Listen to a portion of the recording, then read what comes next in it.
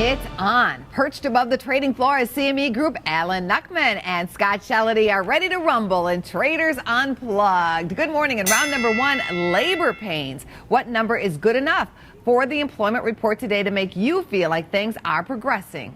Well, they are progressing. They have been progressing each and every month. No one's ever satisfied, but you have to admit things are better now than they were last year and than they were the year before. 200,000 is a nice round number to look for.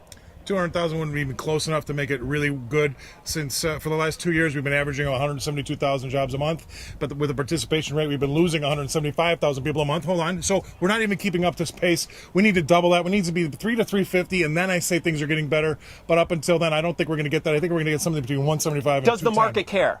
The market absolutely cares. So it's going to sell off if we don't get 350?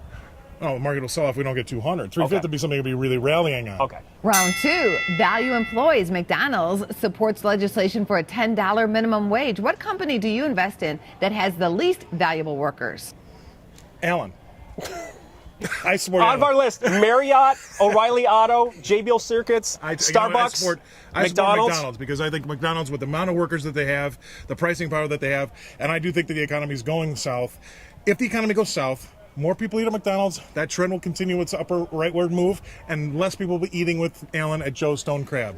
That's a very optimistic viewpoint, but I agree in the service sector for the stock that we're looking at off this list, the stock to look for to perform. I like Yum Brands. It's 50. It's had a full recovery here, back to 70. Looking for it to get to 80, another 20% higher. Taco Bell, Kentucky Fried Chicken, and Pizza Hut. Round three, still on. Home turf. Stats show 1% of 34-year-olds are still living at home. The Fed is watching for young people who can't get out of the house. How do you play the economy? I'll let Alan answer this one to see how great the economy is. Keep doing what we're doing. The stock market is not the economy. I say that every week, and keep doing what we're doing. Every sell-off has been an opportunity until it isn't. That was kind of an answer to the question. 33% unemployment for teenagers in Chicago, 50% unemployment for teenagers on the West Coast.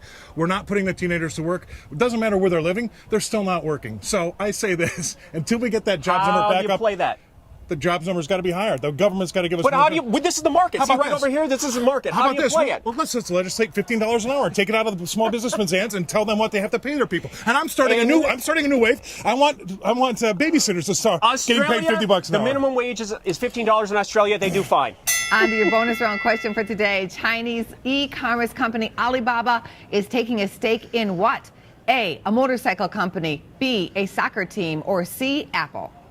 Soccer team. They haven't IPO'd yet. How can they do that? They can take a stake in it without IPOing. They can just buy something. You got to speak slower when you're talking to Alan. My fault. The answer is soccer team. Thanks for coming on the show. Always a lot of fun. Thanks. First Business continues right after this. Well, that wasn't my best performance.